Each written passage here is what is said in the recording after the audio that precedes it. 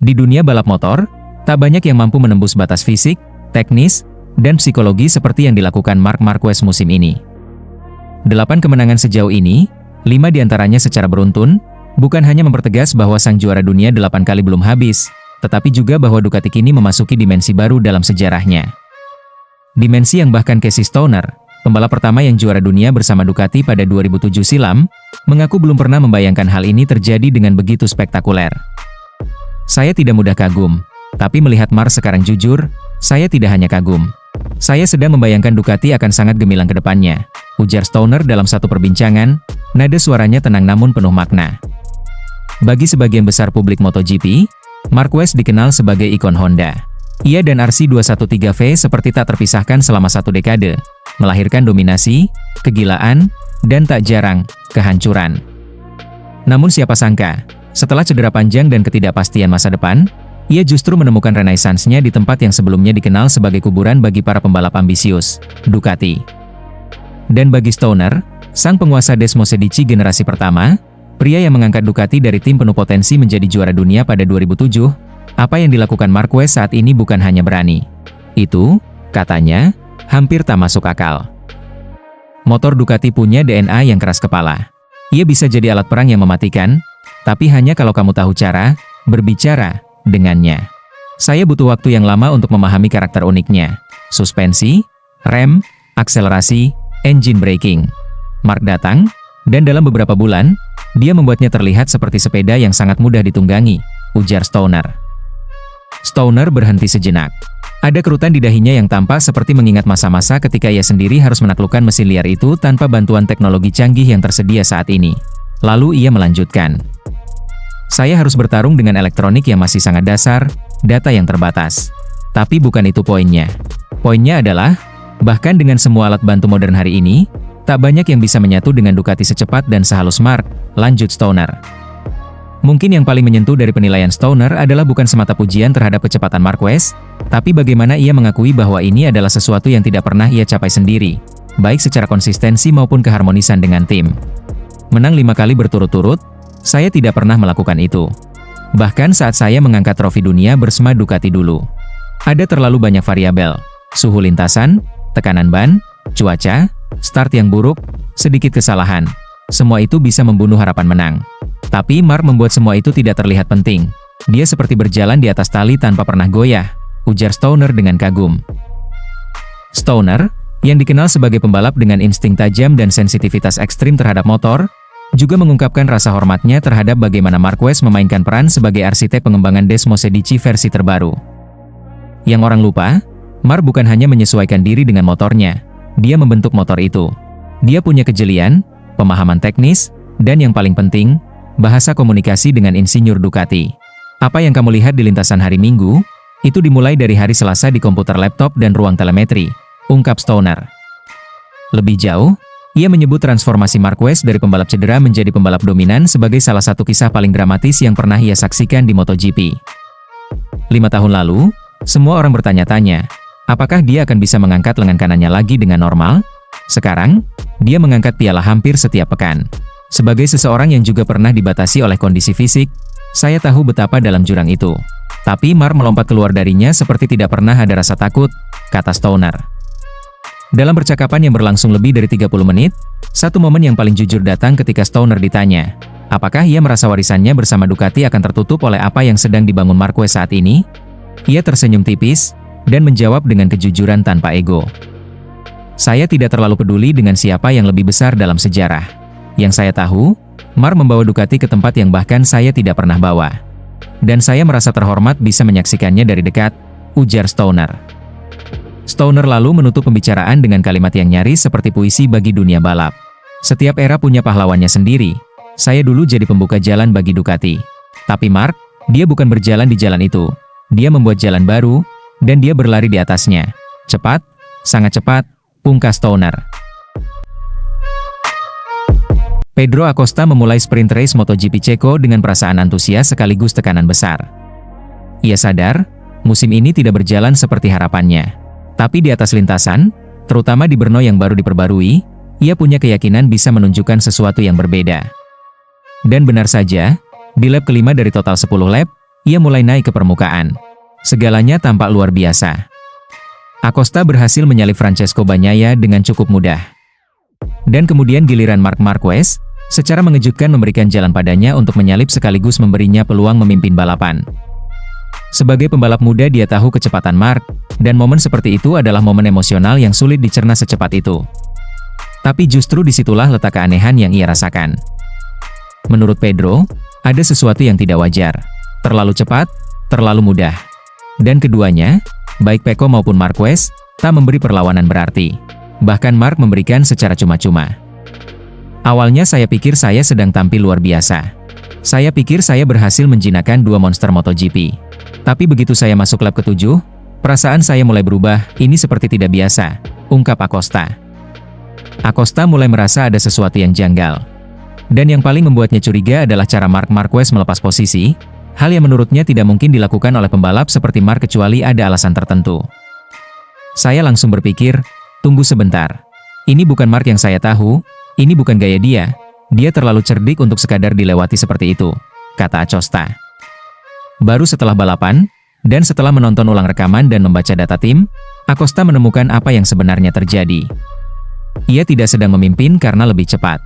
Ia memimpin karena sedang dipancing, atau dalam istilahnya, dijadikan perisai oleh Marquez. Agar Marc kembali menemukan setelan pada tekanan ban yang dia alami saat balapan. Marc itu licik, tapi liciknya bukan soal curang. Licik karena dia tahu kapan harus menyerang, kapan harus mundur. Dia menggunakan saya sebagai alat untuk menjaga posisi dan ritme balapnya, sambil mengatur tekanan ban dan temperatur. Saya pikir saya sedang menang, padahal saya sedang diperalat olehnya, katanya tegas. Kata, diperalat, keluar dari mulut Acosta bukan dengan nada sinis, tapi sebagai bentuk respek. Ia sadar, ada level permainan di atas kecepatan semata dalam dunia MotoGP. Dan Marc Marquez, dengan segala pengalaman dan kecerdasannya, tahu cara memainkannya. Acosta menyebut bahwa strategi Marquez sangat rapi. Ia melepaskan posisi bukan karena kalah cepat, tapi karena ingin menjaga tekanan ban agar tidak melebihi ambang batas regulasi. Sementara Acosta yang tak sadar strategi itu, justru menjadi pelopor kecepatan di depan, membuat bannya terkikis, dan tenaga terbuang lebih banyak. Waktu saya di depan, saya merasa hebat. Tapi saya juga merasa kosong, tidak ada tekanan, tidak ada yang menempel. Ternyata, saya sedang digiring. Saya jadi pion dalam permainan yang lebih besar dari yang saya sadari saat itu, lanjut Acosta. Meski begitu, ia tetap menaruh hormat pada Marquez. Ia tak menyebutnya sebagai lawan yang curang, tapi sebagai pembalap yang sangat berpengalaman dalam mengatur psikologi dan taktik balap.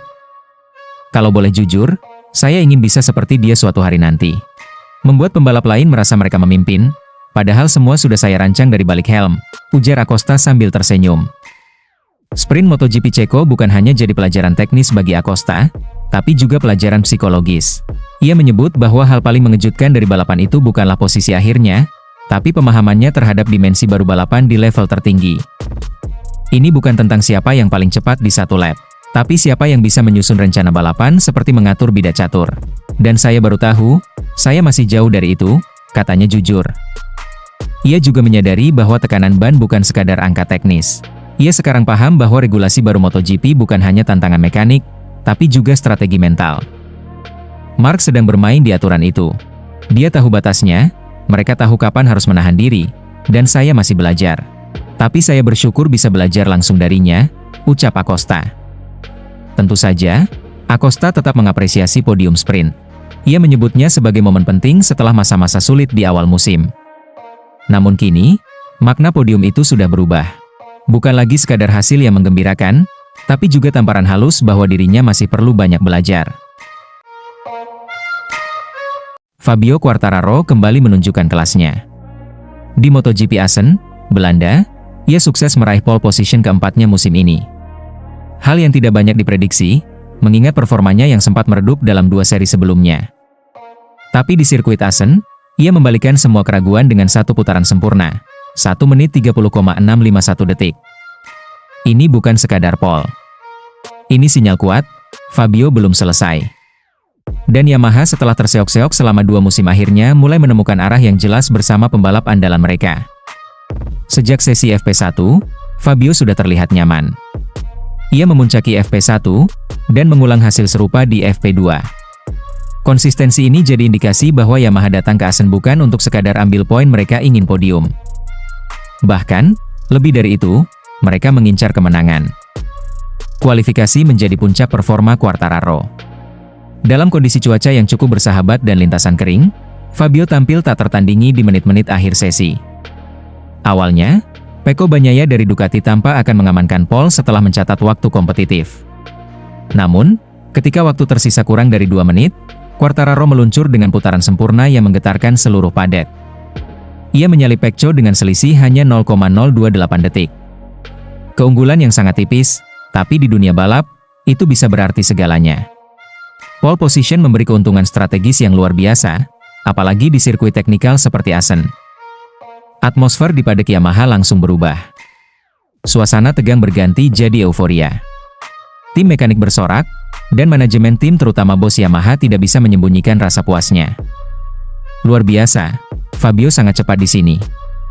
Di masa lalu, Yamaha punya catatan bagus di Assen, dan Fabio membuktikan itu. Apa yang dia lakukan di atas motor sungguh luar biasa, ujar bos Yamaha. Namun, ia juga menegaskan bahwa perjuangan belum selesai. Kami tetap harus bekerja keras. Masih ada sprint race dan balapan utama. Kami tidak ingin terlalu cepat puas. Tapi kami optimis, dan percaya bahwa Fabio bisa membawa pulang hasil terbaik, lanjut bos Yamaha. Pernyataan yang menandakan bahwa Yamaha mulai menapaki jalur kebangkitan dengan pondasi yang lebih kokoh. Sebelum Assen, performa Fabio Quartararo bisa dibilang jauh dari harapan. Di 2 seri sebelumnya, ia tak sekalipun mampu meraih podium. Bahkan, di Silverstone, ia hampir menang sebelum motornya mengalami masalah teknis yang membuatnya gagal finish. Itu menjadi pukulan telak, karena sepanjang balapan ia tampil sangat kompetitif. Yamaha pun kembali dikritik karena reliabilitas motor mereka yang tidak stabil. Namun, Quartararo tetap tenang.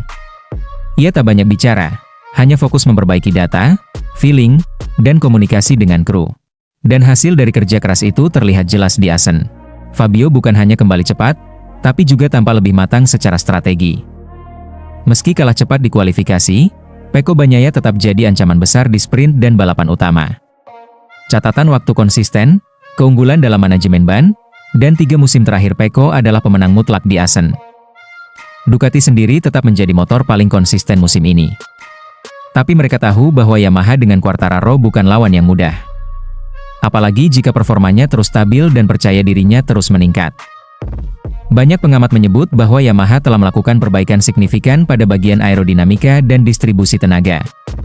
Beberapa pembaruan di Assen tampaknya cocok dengan gaya membalap Fabio yang agresif saat corner entry dan stabil saat exit. Selain itu, komunikasi antara Fabio dan tim teknis terlihat lebih harmonis. Data dari FP1 hingga Q2 menunjukkan bahwa motor Yamaha mengalami peningkatan traksi belakang, yang selama ini jadi masalah utama. Yamaha juga diketahui membawa spesifikasi swing arm baru yang membantu kestabilan motor di tikungan cepat khas Assen. Kombinasi ini membuat Fabio tampil dengan paket motor yang lebih kompetitif dari sebelumnya. Sprint race dan balapan hari Minggu akan jadi 2 pertarungan berbeda. Di sprint, Fabio diprediksi akan langsung menyerang sejak awal. Start dari posisi pertama akan memberinya keuntungan besar, apalagi jika bisa menjaga temperatur ban dalam jendela optimal sejak lap pertama. Namun di balapan utama, segalanya lebih kompleks. Manajemen ban, konsumsi bahan bakar, hingga tekanan dari rival akan sangat menentukan. Fabio harus bermain cerdas, tidak hanya cepat, tapi juga efisien. Yamaha pun tidak tinggal diam. Mereka fokus pada simulasi long run dan strategi pit yang lebih agresif. Dengan cuaca Assen yang cenderung berubah cepat, adaptasi terhadap kondisi trek juga akan jadi penentu. Beberapa pembalap lain mengakui bahwa Fabio tampil di level berbeda di Assen. Dia sangat cepat, terutama di sektor 2 dan 3. Dia punya grip yang bagus. Kalau Yamaha stabil seperti ini, dia bisa menang, ujar salah satu pembalap rival. Media Eropa juga memuji Fabio sebagai pembalap yang menemukan kembali dirinya. Dari status underdog dalam 2 seri terakhir, ia kini kembali jadi sorotan utama di grid depan. Jika Fabio berhasil menang atau minimal podium di Assen, ia akan menutup paruh musim dengan catatan yang jauh lebih positif. Dan itu akan menjadi sinyal bahaya bagi para pesaing. MotoGP Assen menjadi saksi kembalinya kepercayaan diri Fabio Quartararo. Dalam satu putaran yang nyaris sempurna, Ia mengubah narasi musim 2025 dari keterpurukan menjadi harapan.